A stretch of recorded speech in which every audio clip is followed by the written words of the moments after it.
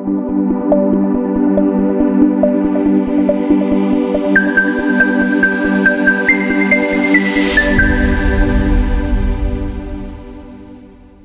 afternoon, everyone. Welcome to Knowledge-Deepening session of uh, week 3, particularly on my topic, organizing resources for online distance learning.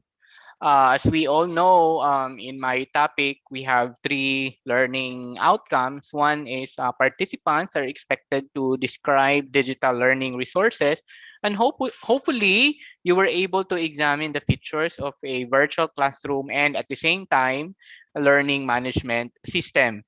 And I hope you were able also to assess the different tips and tricks that we experience in organizing resources in a virtual classroom. To note, as we recall, digital learning resources vary in formats, in support and structures, and a learning management system is a basic requirement in an online distance learning. And third, we have to plan, we have to design, we have to build, deliver, review our digital learning resources. I hope by this time you were able to read also to the different supplemental readings that I provided that will help actually in fully understand a the way how we organize in an asynchronous learning discussions, no? Hi, Ma'am Sheila. Thank you for joining. No, but we will still go on our discussion for this session, knowledge deepening. Do you have questions, Ma'am Sheila? Feel free to type in your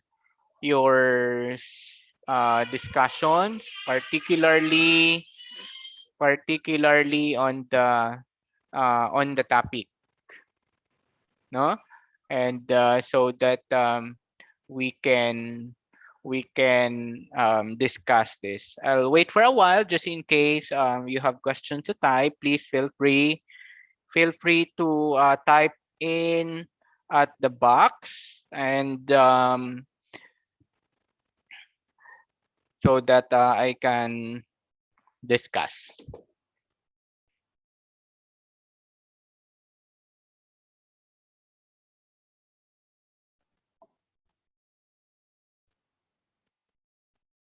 Okay, so if there are no questions, I'll explain or I discuss and I respond to some of the Q&A pertaining to my topic, no?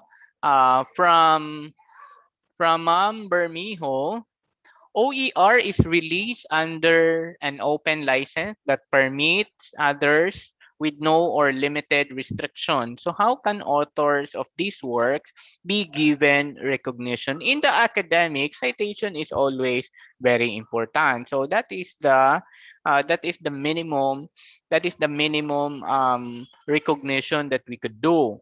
Second, if you fully understand OER transfer, um, the academic community has this responsibility also to cite you as the owner of the content, no?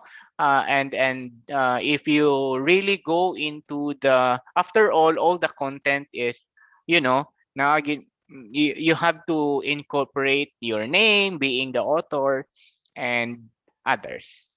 Another question is from Yolia. What could be the challenges of using digital learning resources to elementary pupils?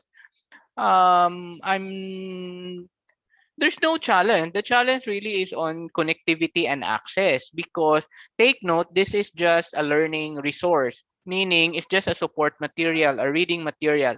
It is not a pedagogic model. So in terms of cohort of learners, it doesn't matter whether that is college, elementary, or high school, as long as they could access into it, and as long as their connection and their yeah, accessibility would permit to them, because that is only a resource, that is a learning resource. We just have to be very selective and choosy to be appropriate to the cohort or to the type of learners we would want to download from these different learning resources. No, after all, it's basically access. It's basically teaching material. So you just hindi naman pwedeng, okay, basahin mo to. You have to follow through. You have to make your own discussions and others. I'll give you more of the discussions about how to make your asynchronous would be actually next week on the discussions about asynchronous teaching. From Dr. Annabelle here, is there a fee when we create our own YouTube channel? There is no fee when we create our own YouTube channel. I think Sir Johnson demonstrate to us on how to create a YouTube channel. I hope you attended also the knowledge deepening. From Miss April, Ma'am April, what is or are disadvantages of OER? I hope Dr. Myra actually explained this about the open educational resources. There are some challenges, not really disadvantage, but challenges, because some OER does not also really in good quality perhaps, or it doesn't uh, respond to the kind of learners that we have. So say for example, if you look for an OER, let's say for example, you go to the OER of MIT courseware, you download it. Their teaching method may not be applicable to the kind of learners that we have, no? So it's really more of, it's really more of appropriateness, and it is really more of relevant, because relevance to the kind of learner. So again, when we download an OER, we should have our own rubrics, we should have our own criteria, which among those many available OER can be downloaded or used. Two questions. As a video sharing platform, YouTube is very strict. Constant refine. Copyright relation. For copyright, we have a separate topic into this, but for the purposes of answering, because it's in YouTube, um, the rule of thumb here is make your own and original content. That's the rule of thumb. Make your own content. If that is an audio, make your own content. If that is a graphics, make your own content. If that is much more, if I think you are referring to audio, because if you are just using an audio somewhere and it's copyrighted, then the video will not be, I mean, it will be restricted by YouTube. There are websites that you can download free material, free video clips, free audio clips, and just go to a website that offers free content material, so that your video will not be restricted as copyright issue. Online stating that copyright last year, yeah. And if not, what happens to their content? What happens to the content? It will just be there, no? But it's not shareable. If you are the one uploading it, say for example, there are videos, may mga videos like in the office, may mga videos kami na we were able to get the copyright of the music, then it's still on your account, but it is not accessible by the user because it is restricted. Another question from Sir John. What are some of the advantages of uploading the learning material, the Google Drive, and YouTube than uploading videos? Okay. Um, because in our virtual classroom, a virtual classroom is a virtual classroom. It is not a video streaming platform. Okay? A virtual classroom is not a cloud. A virtual classroom is a learning management system. So, what's the advantage? You are not putting so much task to your virtual classroom. Instead, put all those storage at a cloud because it defeats the purpose of having a learning management system. Ayun na nga ang problema, no? Especially if you have a virtual classroom, ginawa na nating storage yung virtual classroom natin, which again, help naman the administration, the technical group of declogging our virtual classroom or our learning management system. What is the relation? All DLR, no? All DLR are DLR are a subcomponent of OER. OER na siya gitawag nga learning resource. OER, courseware, video, audio, and so on and so forth. I hope you read I hope you watch the video of Dr. Myra about the different categories of open educational resources. Last, I think from the open forum, our authors of OER are given credit. I think I've answered this already. Yes, it's always naman no. Again, it depends on those who cite your work because if they don't cite your work, then hindi pa rin makikredit ng author. But we are in the academic community. It's a mortal sin not to cite any author, whatever. Take note that OER is just a framework of sharing. It's not ownership. It's not blah blah. Although there is a so-called Creative Commons ownership, meaning it's owned by the community. That is why my rule of thumb is if you don't if you don't want to share to the community your work, if you don't want to share your work, then don't go online. I mean, don't share your work online. Don't put it online. May mga may mga teachers akong kilala na I don't want to share my slides to my students. Bakit? I have so many sleepless nights creating the slides and blah blah blah, and then they will just hold it or they just copy that and share it. Bakit yung content sa'yo ba yan? Kinopya mo naman yan yung content mo, di ba? So if you mean on the preparation factor, on the instructional design, well, for sure there are more. How do I say that? I think there are more better instructional designing than yours. No, you just imagine Harvard, Stanford, MIT are sharing their content, no, in the open course, and then bakit tayo ayaw mag-share? That's the concept there. Okay?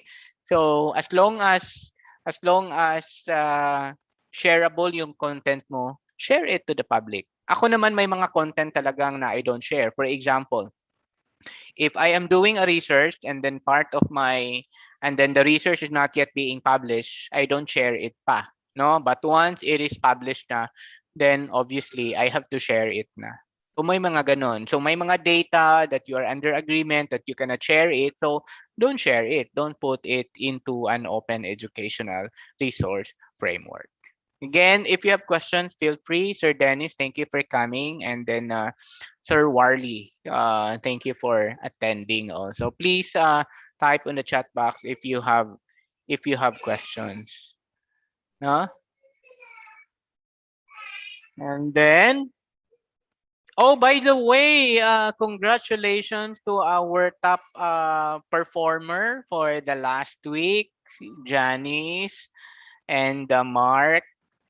And the third one is, I think, Dr. Annabelle also, part of the top three. So you can do more, no? Sir Dennis, Ma'am Shella, and then Sir Warley.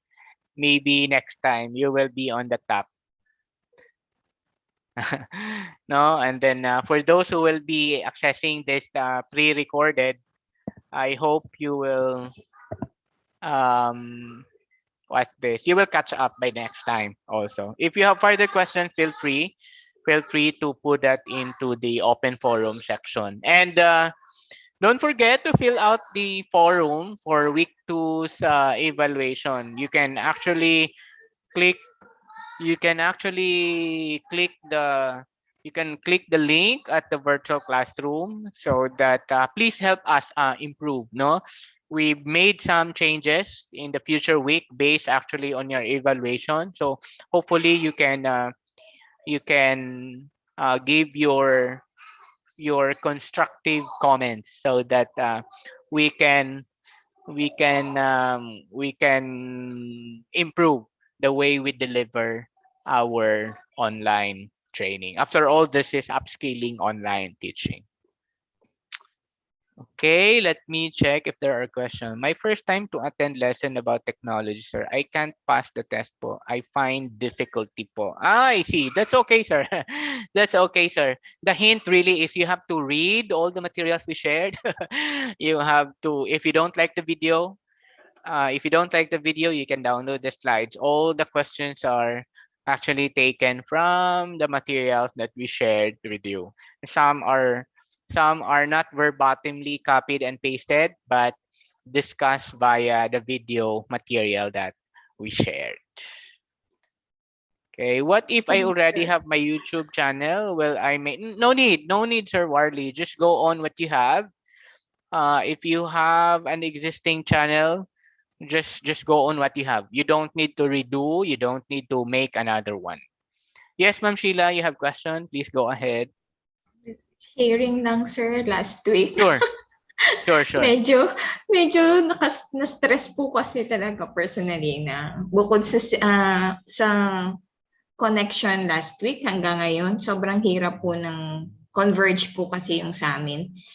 Ang ang hirap ng signal namin, tapos yung presentation na dalawa, yung may hindi po agad kasi siya ma-download, di ko alam may problema ba yung laptop ko. Tinry ko din siya sa cellphone, so ang tagal ko po siya na ma-open, so medyo na-stress ako doon kasi tas medyo toxic po yung week kasi start na ng klase. Ang dami naming trabaho, pero gusto mo talaga na matutunan yun. Kaya medyo nagka-problema po ako dun talaga. Tapos nga, of course, sa age ko, no, hindi talaga ako techie, and then sa college ang level ko. Dahil sa Deaconess program kami sa Harris, yun, sama-samang problema yung inabot ko last week, and then yung preparation ng video, stress po ako doon. At medyo nalungkot din ako kasi certificate of participation yung nasa akin. Gusto ko talaga yung completion. Parang ginawa ko I really did my best last week, pero very toxic po, at feeling ko ayoko nang pumasok the other week kasi baka yung participation na naman yung ma-receive ko. Samantalang hirap na hirap po ako. Inaabot po ako ng madaling araw talaga sa preparation, sa pagsasubmit. Tapos siyempre free lang yung pauton ko. Hindi ko na alam yung susunod na mga gagawin. So hirap na hirap po ako, and yet na-receive ko lang is participation kasi nga yung quiz ko, that pala isa lang beses kong ginawa. Inulit ko pa kasi yung quiz ko, gusto ko sana mas mataas siya. Hindi ako umabot. Yung last try ko, yun yung pinakamataas ko. Kaya lang syempre, actually disappointed ako, sir. Wag lang, ma'am. Ayun, Wag medyo mag-disappoint. Oh, naiyak-iyak akong konti. it's part of the learning journey, it's part of the learning experience. We are happy actually that this is your first time attending an open online course, and then that's very understandable. In a course like this, napaka-structure kasi yung course natin, all the setup kasi we tried also, we tried also to make it more para yung mga facilitators hindi ganun ka-immerse kasi nga this is an added task, and at the same time we want also teachers can experience like what Harvard is offering, what other big universities in the world is offering. The format here is also actually based also on our experience that we learn from those big universities abroad, no? Medyo erase yung level natin in terms of the delivery. Wag lang ma-discourage, ma'am. That's part of the journey, and then we're happy that you're doing your best in the preparation. Um, Kaya nga sabi ko sa team, we have to make an exercise na shorter shorter at the same time kakayanin accord if yung paggawa namin ng activity is we're trying to consider that what if I'm staying in a mountain, can I still do this, just even a what is this, a plug in internet connectivity. After all, the class is about online teaching, so it is assumed that we are connected online, but not necessarily fast connection. And that is why we promote also a combination of asynchronous and a lighter way to do our exercise. No, so but we're happy because basta wag lang talagang ma-discourage, Ma'am Sheila, no? Go lang tayo ng go lang tayo ng go. Okay. Sir Thank you, Dennis. sir. Hi, Sir Dennis. Hello po. Sir, How are ako nga you, din sir? po eh. Gigising ako ng 4 para panoodin ko ulit-ulit. Hirap ako, sir. Kahit ulit-ulitin ko yung video. Grabe, sir. Oo. Yeah. But at least, sir, but at Challenging. least, mm yung ano, sir, yung hint ko sa when you watch the video, especially pag demonstration of a software, stop mo na lang. Stop, tapos rather than panoorin yung buong video. So, while like pag hindi mo naintindihan on that part, backward ka ulit and then forward, backward rather than ano. Nako, marami pang tools actually in the future that software demonstration yung yung mga topic, no? But if kinaya si Google Drive pa, di ba? Google Drive at YouTube, no? Google Drive, YouTube, these are the basics, no? And medyo next week, medyo complicated na rin next week because we will fuse new software to the old software kasi pwede naman kasing within YouTube may mga ganitong application and so on. So, ganun siya. So, ano lang, try lang and we are happy that, Sir Dennis, ano yung field mo na in, Tinuturo ko po. oo, Yeah, math po.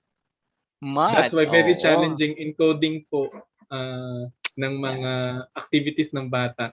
yeah, Nakakaubos ng oras po siya. yes, oo. And I read an article, ito yung mga courses na palaging mag-synchronous, palaging mag-live. Kasi sabi ng mga respondents nung nabasa ko, they feel that asynchronous is not for mathematics course, no? Which ako naman yung line of argument ko, yung asynchronous learning is not dependent to the subject matter. It is dependent to the learners and it is dependent to the learning outcome. So kung ganun pa rin yung learning outcomes mo in the face-to-face, ay talagang mag-live ka always para makapag-demonstrate ka. No? Mamayang gabi actually I will be teaching conversions, no? Conversions, decimal to binary, octal number system, and etc. And I am preparing my chart. I am preparing this one. This is actually a whiteboard, no? This is a whiteboard because ang gagawin ko mamaya, itututok ko dito. My camera will be something like this so that makikita nila yung solution ko. So, para-paraan lang yan. We don't need a sophisticated tool and sophisticated technology. Para-paraan lang yan para mai-deliver natin kung ano yung gustong mai-deliver natin. Okay. Sige. And for if you are interested actually if you are teaching in the college, there is another pre-training that Siliman is offering. This is the administration of a portable learning management system. Ito yung sinasabi ko in my discussions na it's a learning management system tulad ng learning management system natin in our class. Pero magra-run lang siya even without internet connection. No, it's a learning management system like our soul.su.edu.ph, like in our virtual class in upscaling online teaching. Um, and then this tool that we customize is a Moodle-based learning management system that can run without internet connection. The training is free and the tool also, the software is also free. Medyo intensive lang ito. Straight ito ng 1 week. Straight 1 week and then will run for 4 hours. Kasi design talaga siya for non-techie people. Design siya for non-IT people and non-techie people. Yung makapagturo ng LMS, Learning Management System, na walang internet connection. If you are interested with that, I will post it in the virtual class. If you are teaching in college, because this is actually funded by the Commission on Higher Education. If you are teaching in the basic ed, you are not qualified to attend this one because this is designed for college teachers. No, so it's a portable learning management system. Portable meaning magra-run lang siya even without internet connection. My suggestion, if yung school nyo, like kung ikaw, you don't have the time, baka pwede yung perhaps pag may IT kayo or kung wala nga IT, kung medyo may techie na interesado, yung yung paano ba siya sasabihin politically, yung bata joke, yung fresh grad perhaps or young teachers para mabilis nilang ma-pick up yung mga terminologies. Research shows naman talaga na because of the term, no? May mga terms talaga na new to the generation X and the generation Y, the millennials, no? Para it's easy for them. Hindi na dapat i-explain what is a link, mga ganon. Pag forum, hindi na i-explain or hindi na dapat i-explain if when we say embed or whatsoever. No, those are just example. Thank you, Sir Warley, for the term millennials. No, so that's the training. It will start on September 20. Medyo intensive talaga siya, 1 to 4 hours. And what is good in today's, for those who will attend, our team our team can assist you if you wish to implement the tool in your school. No, we can assist. We are giving until September, October, November, December, January, February. We can assist until February if your school wish to use the tool as an institution. So we can assist you. We will serve as a technical support and guide you for the implementation. Kasi nga, this tool is free and then you can use this at any type. Kung anong itsura ng virtual classroom natin, it will look like that. No? Whoever lang, magra-run lang siya in a USB flash drive kahit walang internet connection. And the student can access that. Of course, kailangan pa rin nila ng computer. Paano naman kasi pag magra-run yung nasa flash drive pag walang computer? Okay? Sige. And we also read some of the evaluation like yung exercises. We are actually tracking all the exercises. It's just that we don't give comments yet because we want the learners, we want the participants to learn from their projects. No? Because in the future you will learn, mali pala yung ginawa ko, dapat pala ganito, no? And then sana wag naman malungkot pag hindi kami nag-respond to some of the questions because we feel that yung questions kayang sagutin ng classmates or ng co-participants. And some of the questions also are can be reserved in the future discussions. So, in other words, binabasa namin yan at yung exercises talagang tinitingnan namin yan and then wait for our surprises. We have some surprises perhaps week 3 or 4 about the exercises. Baka meron kaming best exercise 1. O parang may ano ba, may medal at the end. Best exercise 1, best exercise 2. At baka lalong malulungkot si Ma'am Sheila. Hi Ma'am Sheila, wag Bibili malungkot na lang ako ng talaga. ribbon ko, sir.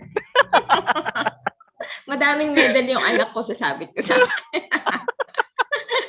Kasi Ay, sir, oo. I'm teaching preschool for almost 20 years. 20 years akong preschool teacher. Ngayon, nalipat ako dito kasi sa United Methodist Church, special appointment. So, dito na kami ngayon sa Harris as faculty. At the same time, I field education coordinator. We're under the Deaconess program. The church workers. We're producing church workers. So, yun yung linya ko. And then, natapat siya ng nag-pandemic. Kasi sa college, last year meron kaming sariling learning management system. Kaya lang FLMS namin. Kaya lang ngayon hindi na namin siyang kinuha kasi masyadong expensive. Ngayon nagzo-Zoom kami and then Google Classroom, etc. Ayan. Kahit naman kasi sir, when I'm teaching preschoolers, talagang matyaga po ako na mano-mano. Kinukulayan ko kahit nauso na yun ng computer, hindi ako nagka-copy-paste and then test paper, dinodrawingan ko po yun. Kaya ganun-ganun akong katyaga. Kaya hindi ako masyado talagang nag-explore sa computer. Ikaw kasi actually independent. Pero ngayon, syempre, nag-a-adjust kang konti. Kailangan. Maswerte lang ako kasi meron akong mga anak na nagtsatsaga ding turuan ng mami nila. Pati si Pastor po is the chaplain of the school. At siya din, tinuturuan kami ng mga anak namin maka-adapt. So, kaya ibang mga terms and actually, yung iba naman naiintindi, maliwanag naman sa isipan ko. Yung talagang mga terms na sobrang na-high-tech na ako, which is, I really appreciate po, lalo na yung mga instructional, mga IMs na pwedeng gamitin sa ngayon. So sa quiz lang siguro medyo na-disappoint ako kasi kahit anong ulit kong isipin, ano ba to? Kasi ako sir, parang si Sir Dennis, no? Ulitin ko siya, sinusulat ko, may sarili akong notebook, yung wala sa PowerPoint na sinabi niyo sir, susulat ko pa yun kasi gusto ko siyang balikan. Tapos piniprint ko, talagang sobra naman ako nagtsatsaga. Tapos sinusulat ko siya, tapos hinahanap ko dun, alin ba yun? Hindi ko tuloy alam, alin yung mali ko actually. Kasi feeling ko, feeling era ako, alam ko tama yung sagot ko. Iniisip ko, alin saan ako dun, saan ako nagkamali? Kasi sorry sir, hindi ako sanay ng bumababa. Siyempre matanda ka na para ma-receive mo yung hindi ka pumasa, di ba? Parang feeling, naawa ba ako sa sarili ko? Kasi naka-17 lang ako, naka-16. Ganun lang yung score ko. Sabi ko, alin pa din yung pagkakamali ko? Hindi ko kasi siya alam, alin yung saan ako nagkamali doon sa ano. Parang gusto ko kasi, yun pala yun. Yun yung hindi ko kasi, yun sir, ang haba ng sentimento ko ng 1 linggo na ito. Thank you, ma'am. Thank you for sharing. And by the way, you can pwedeng balikan yung result ng quiz and then ando na yung mga explanations, no? Pwede ninyong balikan yung mga quiz and then all the explanations are actually there. Mayroon tayong tinatawag na what is explanation every item and then explanation bakit siya, ano yung correct and so on and so forth. Pwede siyang balikan actually. Kahit close na yung quiz, you can actually look at the explanation of every item. Meron ba dun, sir? Meron pala, Yes, sir? pwede yan. Oo, Yun meron yan. hinahanap Meron ko, yan. saan ko kaya siya pwedeng makuha? Okay, sir. Let me demonstrate, no? Dito siya para makita niyo our soul. Let me, halimbawa, this one, if you want to look at your quiz, let me change this to participant. Okay, so for example, quiz 1, Okay. Assuming you took the quiz, all you have to do, ito na, may feedback available. No? And then the quiz is here. You can click review. Ayan na, may mga discussions.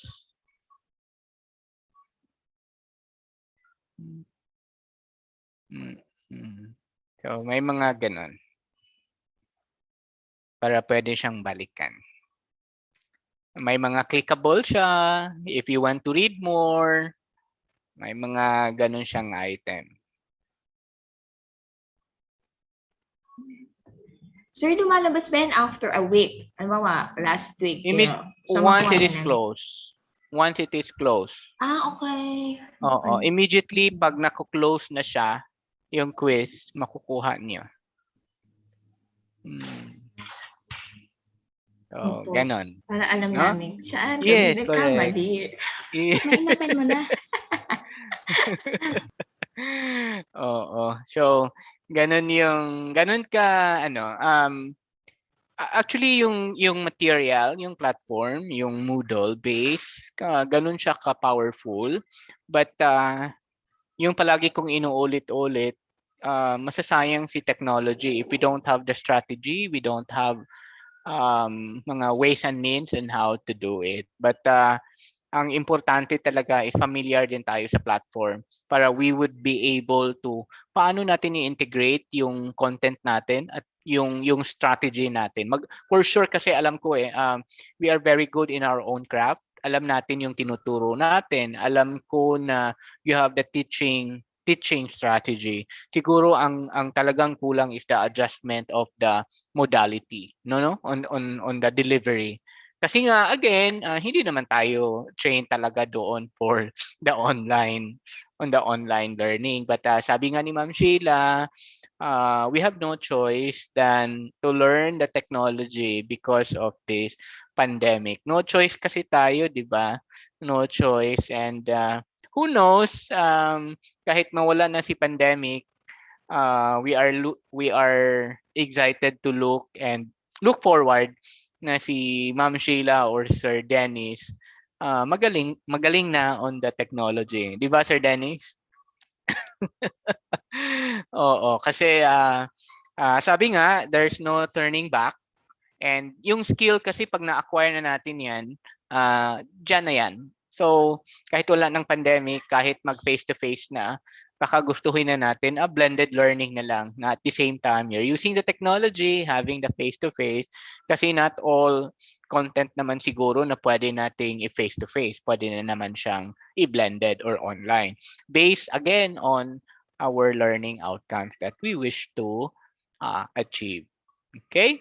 So those are, again, I just show that part on where to access the correct answers or not.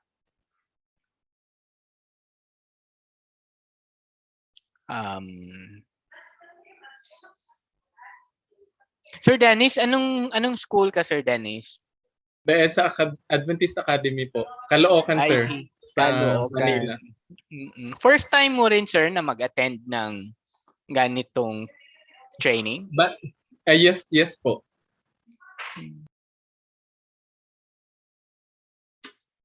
Sir, na-mute ka po. Yeah, you had experience naman attending short-term training? Wala pa din, sir. Wala. So, kaya, yun nga po, nakaano lang ako sa mga co-teacher. Sir, paano to gawin? How to do this? Yun, tama si ma'am kanina na yung anak. Turuan mo ako dito, paano to? Kasi talaga, sir, syempre, nag-graduate tayo, wala pang computer o no na computer, floppy pa lang. Nag-graduate na ako, no? Then, wala talaga, sir. Yeah, oo, buti na lang, no, may mga anak din, and I heard some testimonies also. Ay nako, sir, hindi din kami, ang hirap din kasi ni mga anak mag-explain kasi shortcut, hindi ganun ka-detailed kasi nga iba yung lengguwahe, di ba?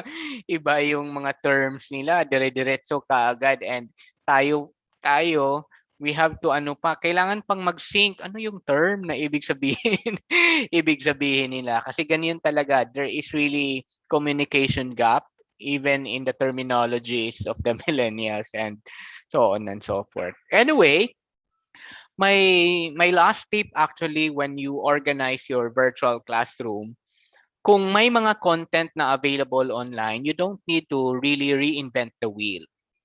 Ang gagawin na lang is download if that is free, download it so that you can focus more on the further discussion, you can focus more on activities, you can focus more on assessment and making follow up to the students rather than nauubos niyo yung time natin sa paggawa ng mga IMs, which may mga IMs naman na available that we can download. But again, we have to be very careful that we would be able to we would be able to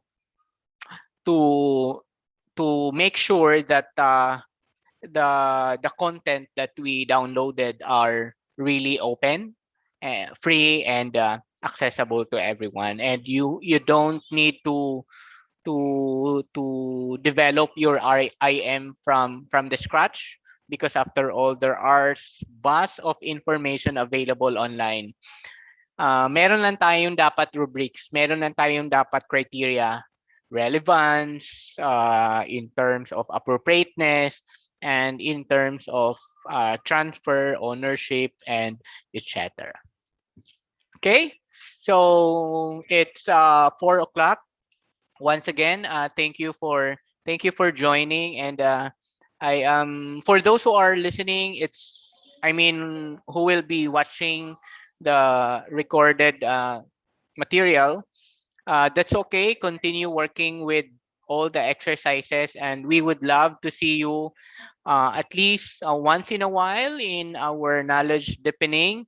To us facilitators, we will not surrender if only one or two will join and will attend because we are here to assist our colleagues in the academy, assist for everyone. As they say, no teachers left behind. So let's help each other and learn together.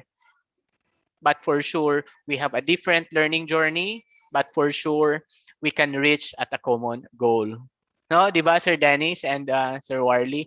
Thank you for joining, and I hope to see you in the future. Let's just admit Ma'am Sheila and have our closing remarks before we will end because kasama talaga ito sa process yung in and out, nako-connect at na-disconnect dahil nga we are in a very technology dependent type of teaching and learning. It's just a matter of how you manage it and dapat resilient na tayo, no, kaya nga yung challenge natin in synchronous, which is actually my discussion next week, pag synchronous tayo, alam natin ang gagawin pag si estudyante na puputol tapos pag bumalik siya, dapat alam mo ikaw teacher na hindi ma-out of place si student kasi research shows yun ang problema.